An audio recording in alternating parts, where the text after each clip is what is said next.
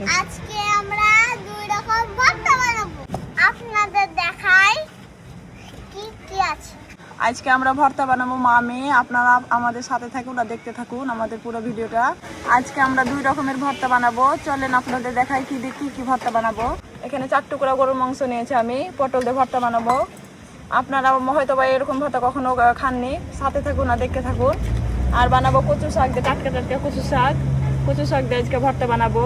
যা যা ভর্তা করতে লাগবে সব কিছু আমি নিয়ে নিয়েছি, আপনারা দেখতে থাকুন।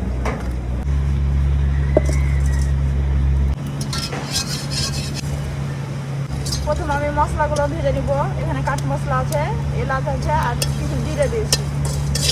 সেগুলো ভাজার জন্য একটু তেল দেবো। মাংসটা ভালোভাবে তেলে ভেজে নেব।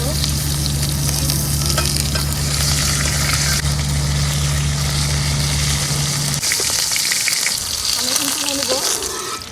মাংসের কালারটা সুন্দর চলে এসছে। এখন আমি কেটে রাখা পটলগুলো দিয়ে দেবো।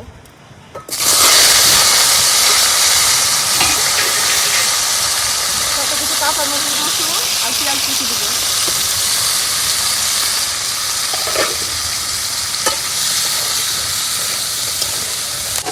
ঢাকনা দিয়ে একটু পর নেড়ে নেড়ে সিদ্ধ করে নেব। তুমি আবার কি ভর্তা করবে জি? আলু ভর্তা না না সবজি ভর্তা। তোর পায়ে কি ওগুলো? দুপায়ে কেজি দুলা।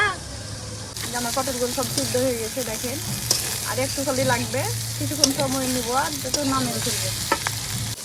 ভর্তা করার জন্য আমার পটলগুলো রেডি, এখন নামিয়ে ফেলবো।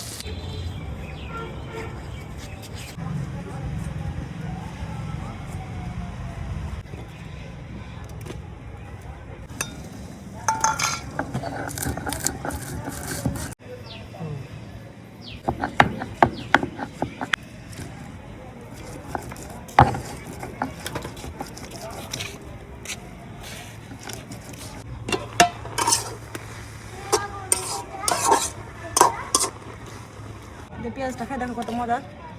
না খাবো।